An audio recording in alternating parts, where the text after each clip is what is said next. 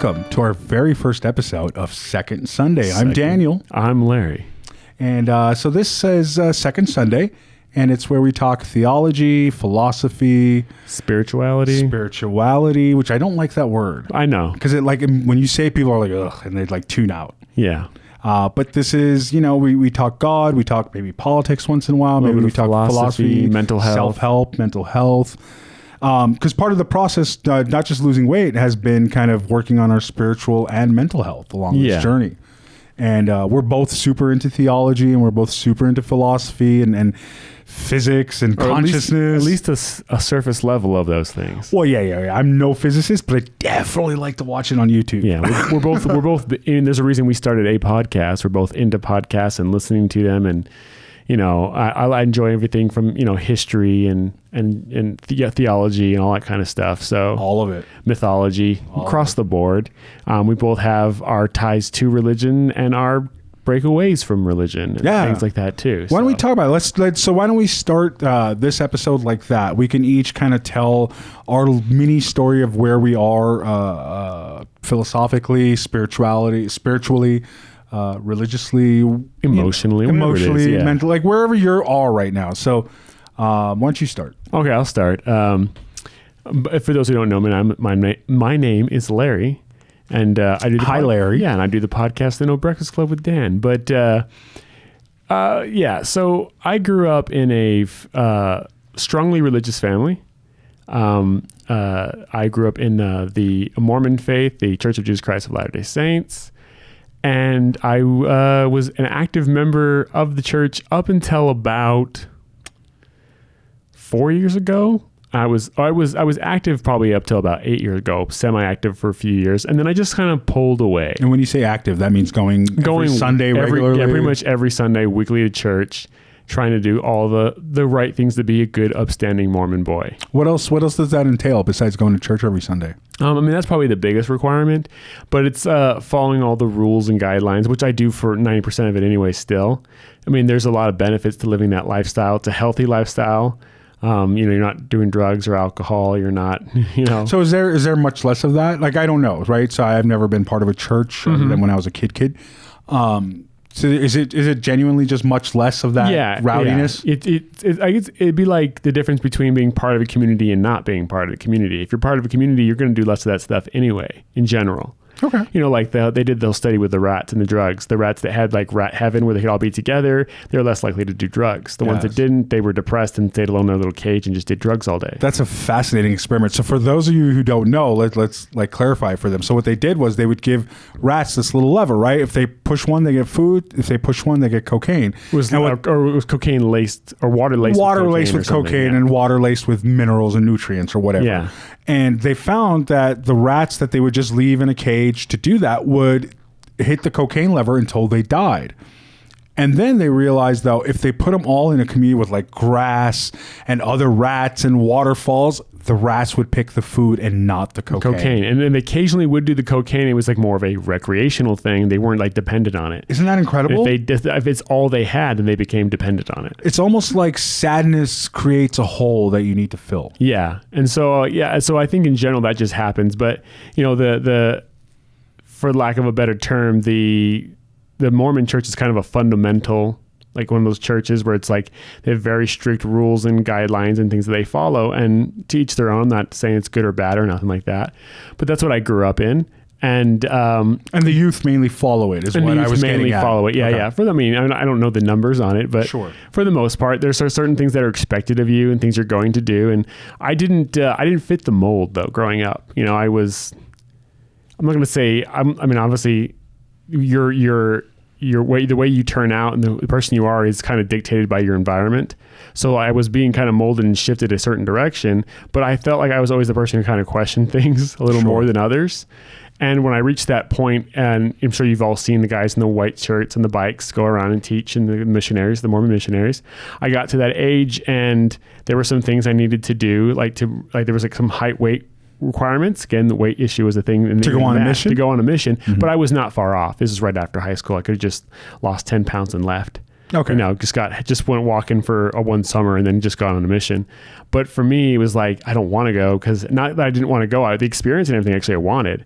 It was that I couldn't convince myself to go and teach people something that I was not convinced of. So you're already doubting your faith. Yeah, I was already way back then. And it just kind of like... What were you doubting?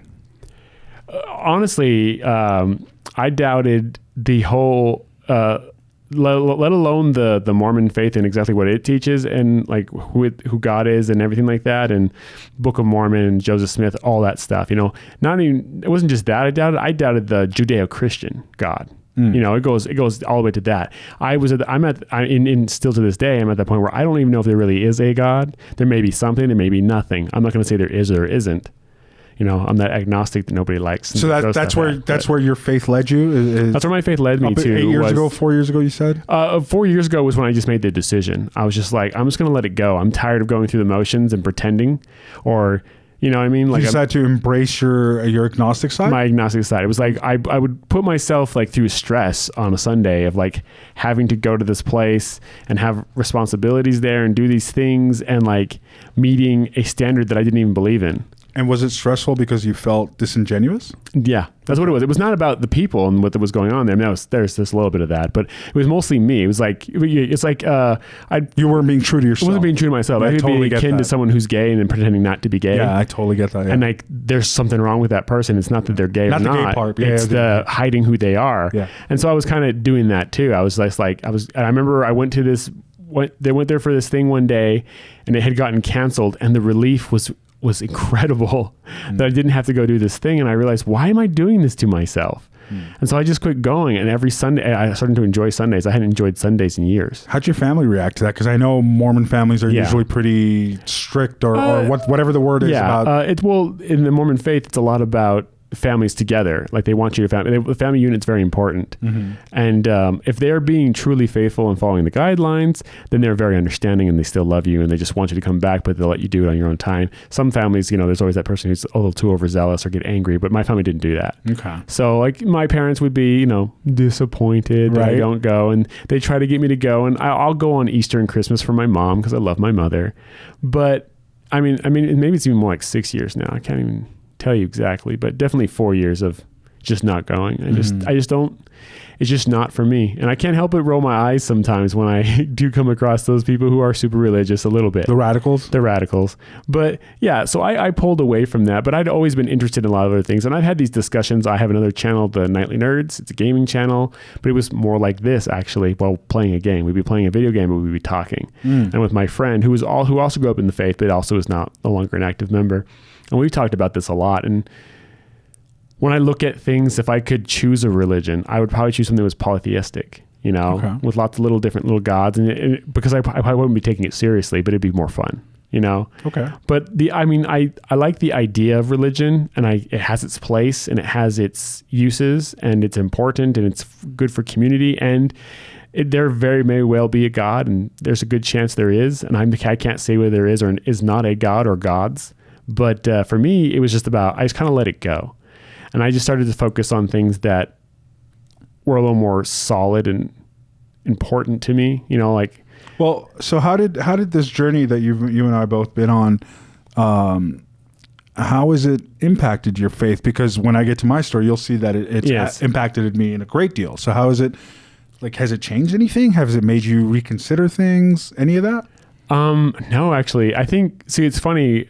I've had this exact same thing happen where someone has the exact same experience I do. We come up to the exact same outcome. Like we both do the same change that we need to do, but we see it from two different angles. Right. So for me, it's all random.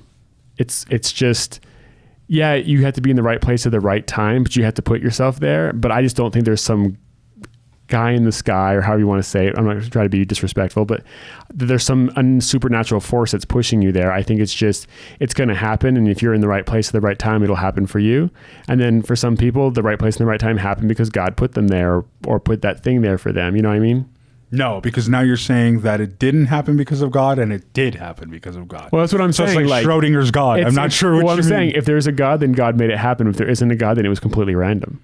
And I just believe that it was more completely random. Well, being agnostic is saying that I don't know, not. No, I know. I'm saying I lean that way. So you lean atheist, not agnostic. I lean atheist. Well, I would say I'm agnostic because I will not say there is not a God. Okay. But I lean that there isn't. I'm not convinced that there is. Okay. So I don't want to live my life following a set of rules and arbitrary rules and standards and going through certain ceremonies and things like that I at the end of the day don't believe are doing anything. Okay. So I just choose not to anymore. That's fair. If that makes any sense. And some people be listening to this or looking at me and going like, psh. But that to each their own. That's just how I am. And I found for me, it just made made a lot of things easy. And don't get me wrong, I still lean towards like Judeo-Christian, even though I say I'm not convinced of it. If I'm being 100% honest, and there's like someone out there. If I'm being 100% Austin, Texas. Yeah. I'm being 100% honest, and there's like something going on. They're talking. There's like a Buddhist version being said, and then some Scientology version being said, and someone says whatever the standard Judeo-Christian one. I tend to lean that way, just because that's what I grew up in. Yeah, it's just probably it's familiar. It's familiar. Yes. Familiar, but yeah, it's hard to explain in a way, but not. It's just for me. I think Bill Burr said it in one of his specials. He just let it go, and that's what I did. I just let it go. I'm not angry about it. I'm not one of those people who's like, I'm not like a Bill Maher. I don't get angry about religion per se. I can. Right. But overall, I just decided that it was just easier and better for me to just let it go and just kind of live the best person I can be. Like just try to be like ethically good and not worry about, what I'm trying to say? Sure. Absolutely. Like my own personal morals and ethics is what I go by now. Yeah. And those were shaped by religion. Yeah. But Jordan Peterson said it best when asked if he believes in God. And he very much it does, right? Yeah. But the way he answers it every time he's asked is like, do you believe in God? He says, I live as if God exists. Yeah. And to me, that is all that matters. And I do the same thing. Yeah. I act as if God does exist, but in my existence, he doesn't care whether I do a ceremony or not. He just cares whether I'm a good person or not. So I just try to be the good person. Absolutely. My turn? Yeah. Go ahead. So the exact opposite of you, my parents were always religious by name, in the sense that I went to a Greek Orthodox school. I went to Mass. I was an altar boy when one year I went to a Catholic school, because Greek Orthodox and Catholic are essentially interchangeable. One just has less of an emphasis on the Mother Mary. Like literally, that's kind of the only difference.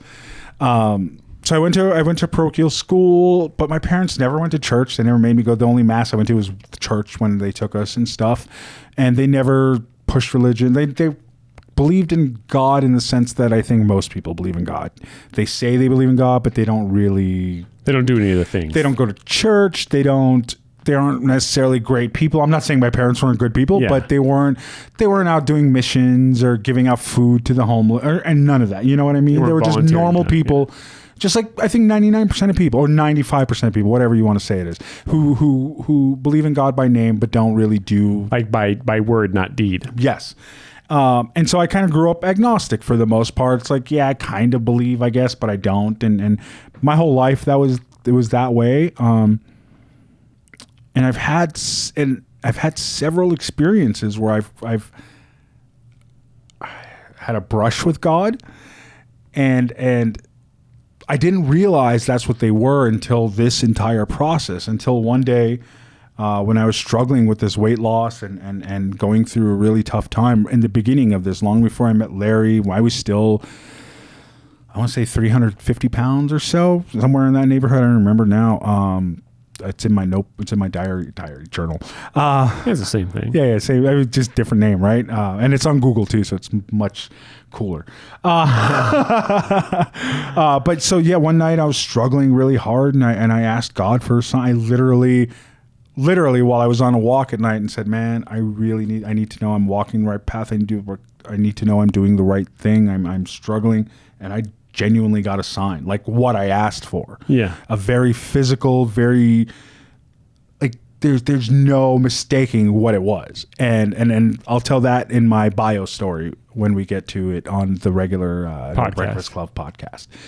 But once I got that sign, like I was like, oh, God does exist, and he's he's been with me. He's been here. And I have a purpose in this life. And that genuinely, like, I finished the weight loss and then I met you and now we're here. And it's like, I have no doubt in my mind that God exists at this point. And coming from an agnostic, that's saying a lot. But I always make sure and say, I don't know what God is. Like, I don't know if God's a computer, if God's a man in a beard, like an ant can't possibly know what Los Angeles is. My dog can't possibly know what the United States is. How could we possibly know what God is? Yeah. And so for anybody who tries to tell me what God is and it's in Jesus' name and this and that, even though I wear a cross, I'm like, you're being silly. You can't possibly know who God is. And I'm saying this as someone who firmly believes now, who got a sign from whatever or whoever God is. But it's so beyond us, I think. Yeah. Like, we can't, how could we possibly understand that? And that I think is my main problem with religion, is people who are righteous are like, this is exactly who God is, and this is exactly what he expects of you. It's like, dude, how can you know? You were a monkey 10,000 years ago. Yeah. Well, they don't believe that either, though. Yeah. No, yeah, I get what you're saying. See, there's that pessimistic side of me that goes that sign, you were desperate for the sign and you would have taken anything as the sign. No, but I got, like, I know. The power went out. I know. Like, I asked for the power to go out. Like, I mean, I won't go into the full story until the bio, but like, I mean. But how many times I know, yeah, exactly. In an outdoor place while I'm walking by, when I asked the power specifically to go out, like, it went out. Like, it amazes me that you see that as coincidence. Well, I see my brain's going right now as we're talking about this, right? Because memory works a certain way. Did you really ask for the power to go out, or did you just ask for a sign desperately? And maybe one of the many thoughts you had was maybe the power will go out, and then it did. And then no, I was specifically asking for that. That's exactly what you remember. No, I know. Okay. I'm saying what I'm saying is that actually what happened? Because you can't trust memory. I trust mine. I know you do. Everyone trusts their own. Because I journal, and so like I immediately like wrote about it, and I wrote about it the next day to my poker buddies on our poker forum. Like, I have a private group of poker friends. We all play poker, most of them for a living. I stopped, yeah, like I told them about it. I journaled about it. So like. To me, there's no way. Well, yeah, but there's the optimistic side of me says that very much so, right? And there's that part of me that wants to believe like everything happens for a reason, everything's connected, because sometimes it can really feel that way. So much. But again, there's also that pessimistic or realist or whatever you want to call it side of me that says like, yeah, but we're humans and we're made to look for patterns, and we will find the pattern eventually, even if there isn't one. So. Again, that's kind of what we want to talk about in this show, though, is these different points of views and different just ways of looking at things. And I think this first episode will be kind of about just God in general, or the idea of it. Like, what do we believe in, or do we believe in it? Is there a God? Is there not a God? Who are we to say there is or is not?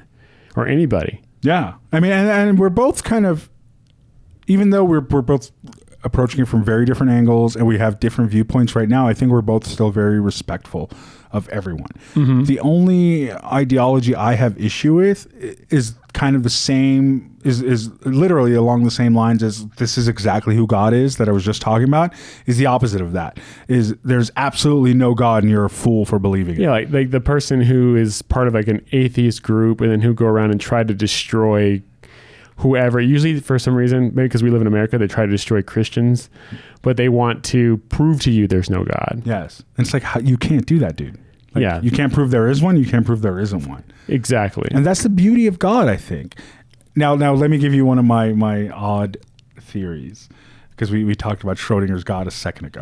Okay. You know Schrodinger's theory, right? Schrodinger's cat. You have a cat and there's a vial of poison in there with the cat, and the cat's not, there's no way to know whether the cat is dead or alive until you open it. Yes. So that was Schrodinger's thought experiment, right? Like there would be and it would be a specific isotope that had a 50% chance to decay.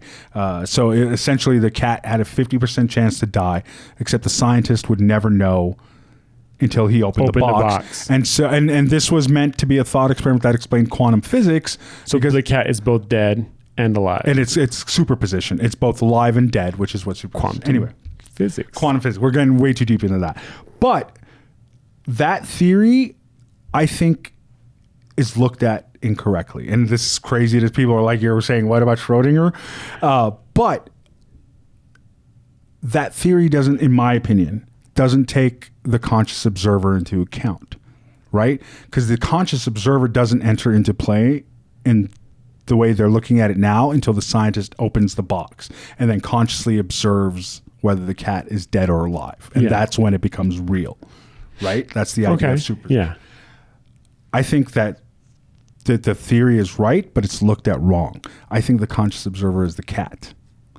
And the cat's in that box. And if he stays in that box long enough, he's going to die. And it's the scientist / God who exists and doesn't exist until the cat dies or the box is opened. Okay. That's an interesting way to look at it. And so I that's the way I see it. That I think Schrodinger's cat explains God in a way that we can understand, and it's just looked at the opposite way right now. We are the cat. We are the conscious observer inside the box who has no clue what's outside the box. Yeah. Well, and to me, that's God. No, I get what you're saying. Well, it's like the whole there's the theory this is all a simulation of some kind, right? How do you feel about that? And I feel like it doesn't matter either way. It's the same thing, right? God, right, simulation. Yeah, if we are a simulation, then God is just the guy that programmed the simulation, you know, and nothing changes. Nothing changes. At the end of the day, I'm still just going to try to be a good person. You know, I'm going to be the best little data point of information I can be in that huge program that is running. That's always my one. It's like, does it really matter? Nothing for us changes. Whether we find out tomorrow that God's real, that the simulation's real, that none of it's real, nothing changes. Yeah. Nothing. Well, again, there's the if nothing matters, then the only thing that matters is what you do. Yeah.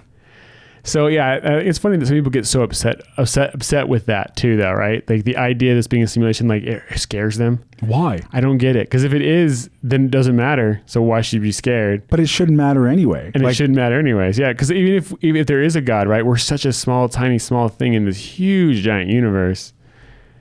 Well, I think that's one of the allures of religion, especially ones that cater towards like your own personal savior kind of thing, that he really cares about you. Well, it makes it human-centric. It makes it self-centric. Very much so. And then when you have like this simulation thing, then there's no reason for them to care about you. So maybe that's the part that scares people. But to me, it's like your experience doesn't change. So whether this is a simulation, and it honestly, like sometimes, especially nowadays, it really feels like a simulation. Like it feels like, all right, and let's see what happens if we change this line of code and now Trump's the exactly. President. Well, we're already know we're in a probabilistic universe. We're going to introduce a plague. Right. It feels like we have like this random number generator that occasionally throws out a Hitler, that occasionally throws out a Trump, that occasionally throws out a plague. You know what I mean? Or Gandhi. Or or Gandhi or Mother Teresa, like a world-changing person. Yeah. Or event. You know, like it genuinely feels like the world always keeps itself interesting. Yeah. You know? But I don't know if that's just what happens when you throw a bunch of dice, you know, and random circumstance, or if that's what happened. Well, there's also people who just believe whether this is a simulation or if it's just not, but everything can be quantified and that everything can be predicted and everything that's going to happen is going to happen. Everything that happens was going to happen no matter what. You're talking about determinism. Determinism, yeah. Where do you fall in that, free will versus determinism? I think there's a strong case made for determinism, but for us, there's no way we can really fathom it. So for us, it feels like free will no matter what. Because it feels like I can say and do what I want to do, even though I was going to do it no matter what. I don't know that. I don't know exactly what I'm going to do 1 second to the next, per se. So it's a nice idea. I mean, I grew up in the Mormon faith, and one of the things we talk about, I learned in it, and maybe some people didn't learn it this way who are part of it, but that we learned that God is a God of laws. He sets things in motion. Things are going to happen. He can't break his own rules or he ceases to be God. Very deterministic kind of thing going on. And so like... That does sound very deterministic. So like, if say we'll just pick up people, the Israelites are in a war with somebody and they need an eclipse to make it the day night so they can win this battle. It was going to happen no matter what. But they were told that they needed to be faithful beforehand and do something, and they did the thing, and then it went dark, and they fought, and they won the battle. But it was going to happen no matter what, whether they did the thing or not, because it wasn't about the thing happening. It was about them. The lesson being learned. Learning the lesson. but it was going to happen no matter what. But God knew they were going to do the thing too, because he knew that I know, it's so crazy it's when you very look at it that way, right? Yeah. So it's very complicated. The whole free will. Because God knows all, so if he knows all, he knows the outcome. Yes, but at the same time, we're taught that we're given the choice and that we're here to learn. But if you can't learn unless you're actually making the choice and the mistake. Yeah, so it's like we're given an illusion of free will so that we can learn. Is it an illusion or is it real? I don't know. There's people who say that it is, people who say that it isn't. I mean, there are days where it feels like don't want to think you're about on a roller coaster. Yeah. And you're just on the ride. You're just along for the ride and you're going wherever these tracks are taking you. Yeah. You can't see where the tracks are taking you. Yeah, it feels that way. And then there are other days where it feels more probabilistic than deterministic, and I've talked about this with my therapist.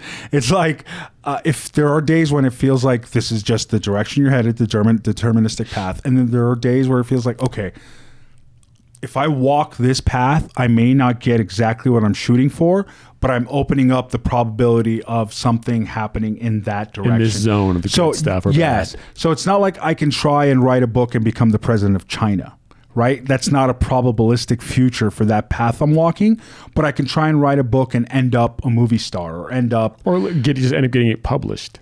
Right, or just publishing it and becoming a successful author, or that leading to a talk show, and this podcast leading to a talk show, or whatever. There are times when I think there's a path, and as long as you walk the path, different avenues, choose your own adventure type, possibilities open up for you. Yeah. And that's what I think I said earlier, where like you put yourself in the right place at the right time, then you have those chance of those things happening for you. And it's just whether you believe that you put yourself there, or the universe put you there, or helped guide you there, or it was just random you ended up there, or whether an entity or God put you there. It's how you choose to believe that happens. I think it's a big part of it. Yeah. So for some people, they choose to believe that I followed the rules that God put forth, and so then God put me where I needed to be.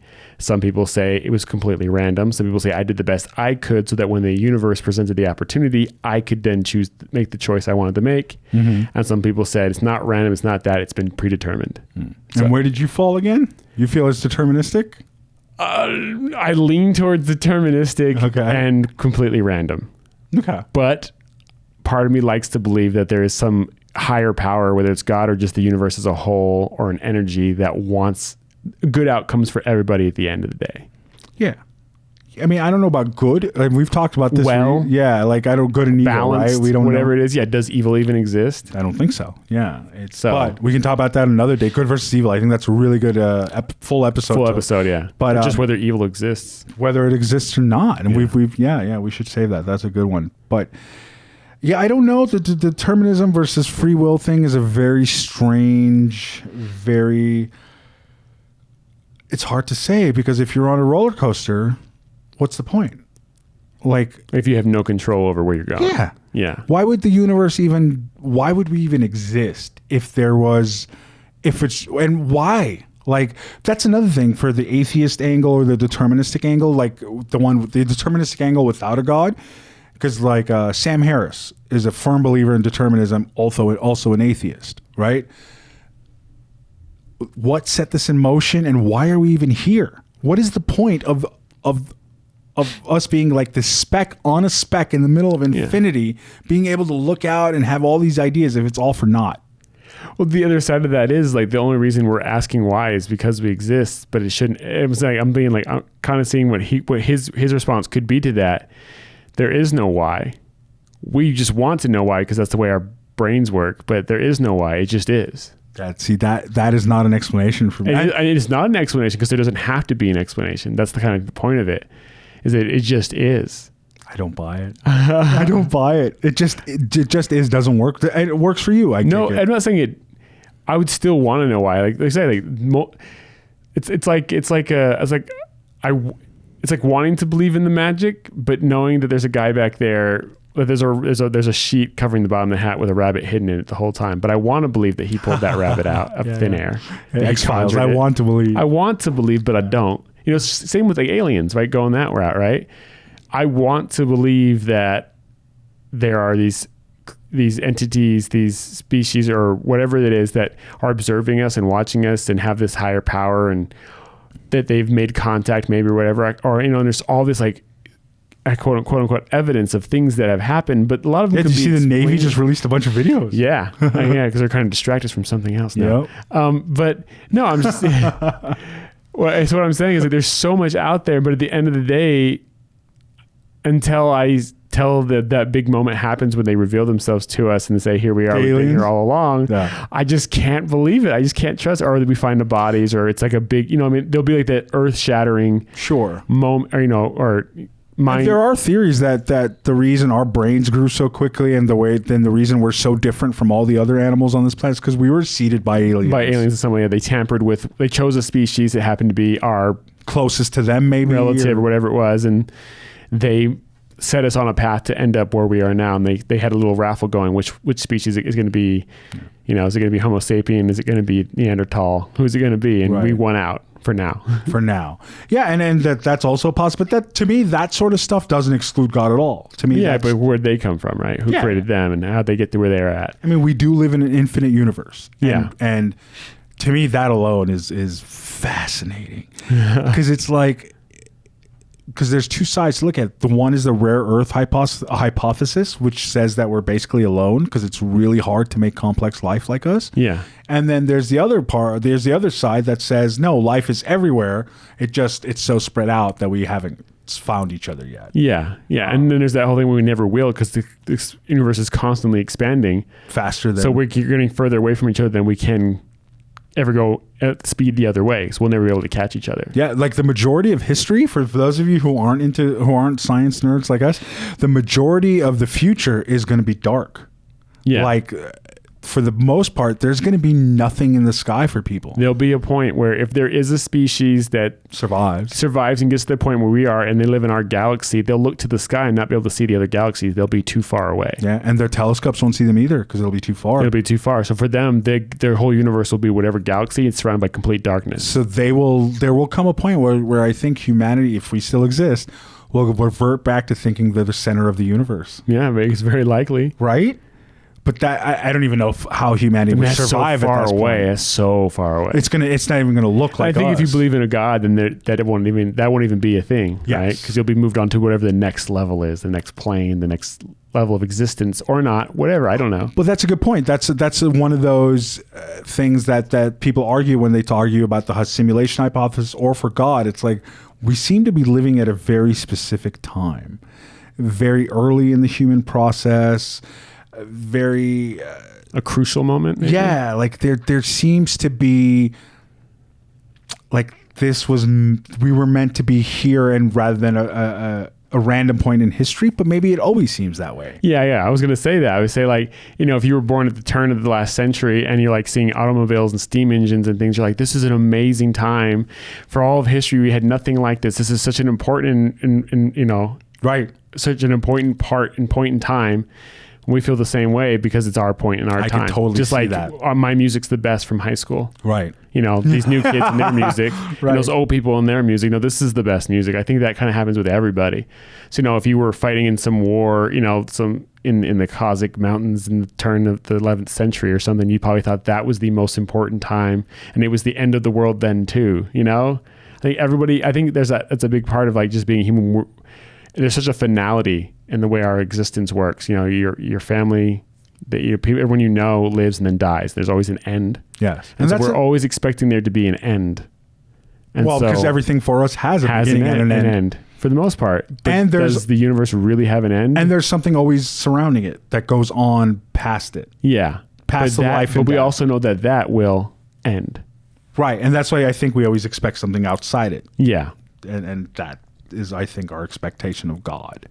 Like, this ending just doesn't seem right. For instance, right, I don't know if right's the right word, but it doesn't feel right. It feels like there should be more.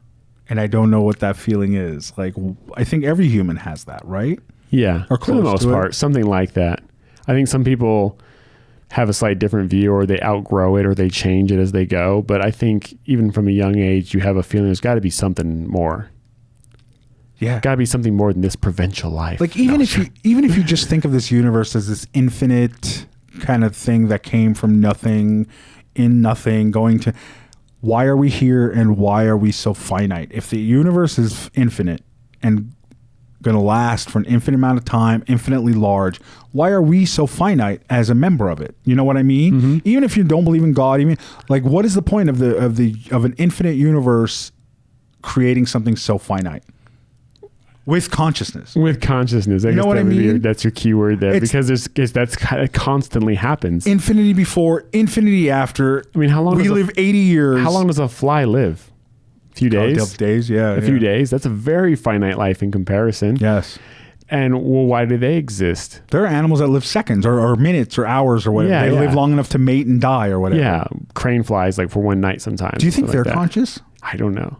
Do you think... We've talked about this a little bit. Yeah. Like, what is consciousness? Like, I think there's a point. I think it's when you can understand that you're doing, when you can, I think I said this to you before. Yeah, I know what your definition is. When you can make a decision that's against your own best interest, your own best interest.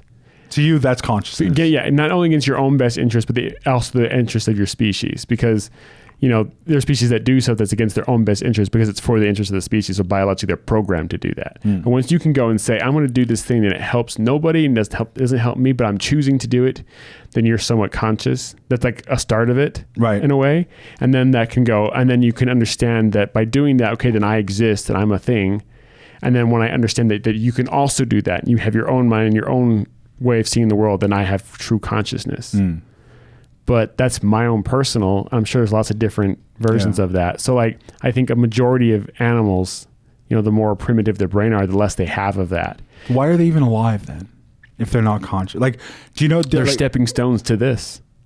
What is a stepping stone if it's not conscious though? Because then it doesn't know it exists. No, right? Stepping stones don't know they're a stone. They're a rock.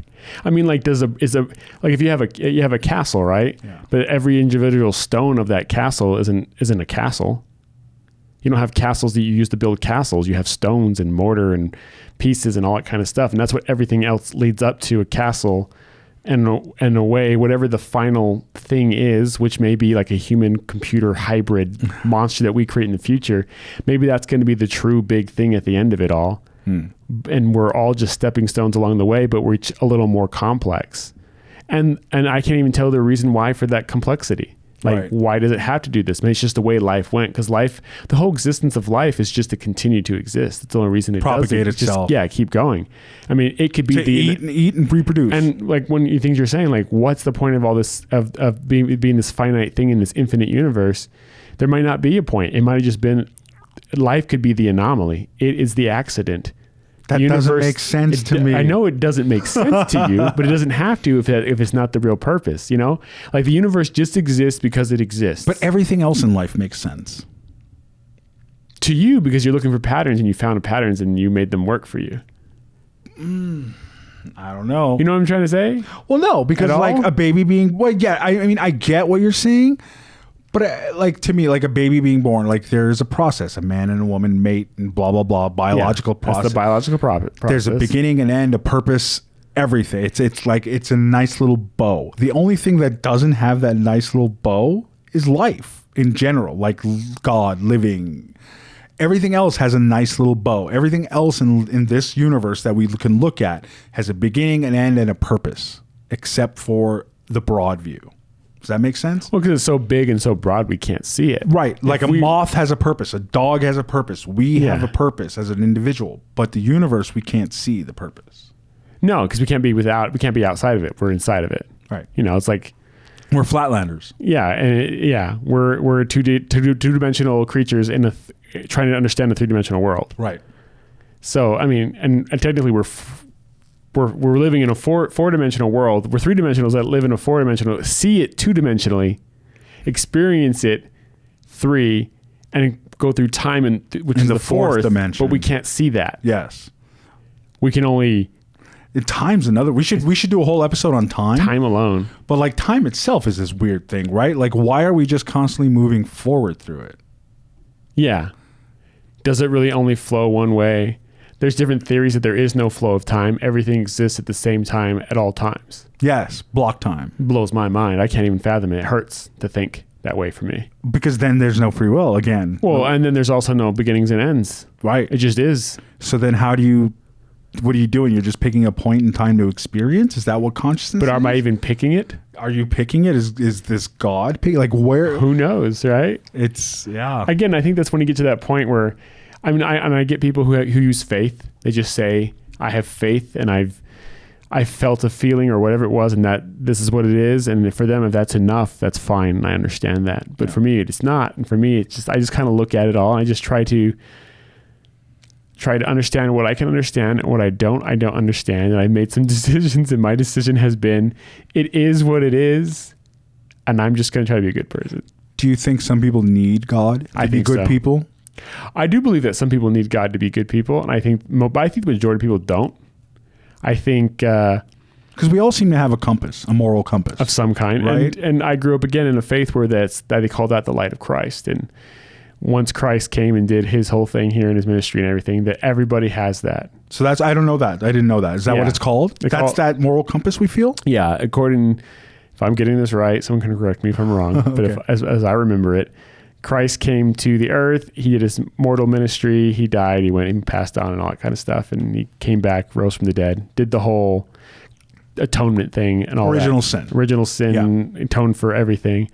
But part of that was that every child is born with the light of Christ. So you have a basic understanding of what is right and what is wrong. Mm-hmm. Like the whole idea of be nice to people, do what you try to be a good person. That definitely seems to be programmed. We all have some semblance of a moral compass of some kind. Well, for example, like killing a human is one of the furthest thoughts from most of our minds. Mm-hmm. And in most circumstances. Like, we're not talking survival. We're not talking like, God passion, forbid, rage or something like that. We're talking under normal circumstances. One of the very last thoughts a human has is to hurt another human. Or to hurt yourself is literally the very last thought you can have. Yeah. Right? For most people, the thought of killing yourself is beyond fathomable. But that seems to be programmed into us. Well, again, if life's whole goal is to propagate and have more life, it wouldn't want you to hurt yourself, because you need to pass your genes on. And the best way for you to do that is for you to survive. But you're talking about life as if it's a conscious thing, like it wants you to have it.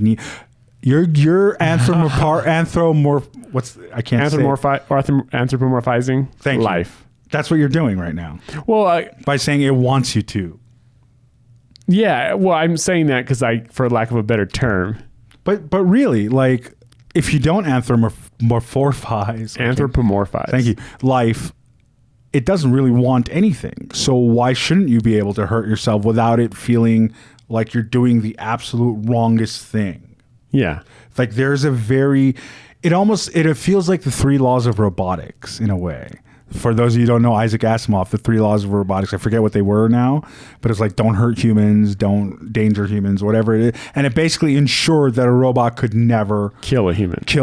And this feels very similar. Not that we're stopped. It was like they have to obey a human unless a human tells you to hurt somebody else. It must protect a human unless protecting that human kills somebody else or something to that effect. Yeah, it was like a loop of laws that basically made it impossible for them to hurt a human. And then if a robot could break those laws, then it's conscious. Yes. Which is fascinating. Or broken. One of the two. But that's what it feels like to me. It feels like humans have this set of pre-programmed laws, and we have the free will to follow it or not, because people do hurt themselves and do hurt others for no reason. Well, there's also plenty of people that are broken. You look at like a Ted Bundy. I mean, I don't really know what he was like as a child per se, or any of those people who are sociopathic or psychopathic. But sometimes they don't have that thing, or it's not strong enough to stop the id or whatever it is about them that decides that they're going to hurt somebody or even hurt themselves or whoever. Yeah. So, I mean, the human experience varies so greatly. Yeah. And we all see it from different angles. And I think some of those guys probably believe in God and they're doing horrible things, and some of them don't. Well, I mean, just if you look at just terrorists, right? A lot of them believe they're doing the work of God. Yeah. We talked about when we had a discussion with some friends about whether evil exists. And one of them said, well, it definitely exists because people fly planes into buildings. And I was like, those people thought they were fighting evil. Yeah, those people thought they were being righteous. Yeah. So, I mean, it's a lot of it's relative. It's how you see it. And it's crazy. Yeah, good and evil is a whole episode that we'll do. Yeah. But the consciousness thing, this life that we live, this good and evil, this world of I love that we live in a world where we can think about it. Yeah. By the way, you guys aren't going to get any answers from this. No. If you're here thinking we're going to give you some insight into whether God's real, I know. I try to answer that question every night. I pray. I meditate. I've gotten signs, but there are days when I sit there crying and I'm like I would love to just sit down and talk to you. Just show me that you're real. Show me that. Tell me what our purpose is. But I think that would defeat the purpose, right? Like if God just showed up and was like, here's what you're supposed to do. Well, then what's the point of that? There's been plenty of people who said that's what God did do. Right. That's what every prophet has said throughout history, no matter what religion it is, that God came and spoke to them, or through an angel or through a vision or through a dream, spoke to them and told them what we all need to know. And they're going to tell us what that thing is. So, if you think about that, just that specificness. Yeah. So if you look at the Flatlanders example, right? Like where the 2D creatures with the 2D thing, the Flatlanders. Not flat earthers. Right. With them too, maybe. The Flatlanders, even if you put your finger there going, hey guys, I'm God, they'd only see the fleshy tip of your finger. They would have no concept, but you'd be able to move things in their world. You'd be able to cause coincidences. Could manipulate, yeah. So to me, that's how God works here. It's these coincidences, running into people when you just think about you haven't seen them in years and they call. Yeah. That sort of stuff. Could that be your brain just rewriting? Yeah. Because it heard the phone ring 30 seconds from now and you still haven't caught up with your conscious interpretation. Yeah. Deja vu is basically, yeah. So is it that or is it God? To me, I'd rather see that as God than just coincidence. Yeah. And I said again, it's eye of the beholder kind of thing. You behold it as God. And for me, I'm like 99% sure it's a coincidence. But see, that makes sense to me in the sense that if God were going to try and not manipulate, but influence our world to try and get us to do good things or try and influence us in a certain way, it would be through coincidence. It would be through happenstance. There's the episode that they did on The Simpsons. They also did it on Futurama. And it's if you do too much, you make them angry. If you do too little, they won't believe you exist. You have to do just enough. Yes. You know what that's called?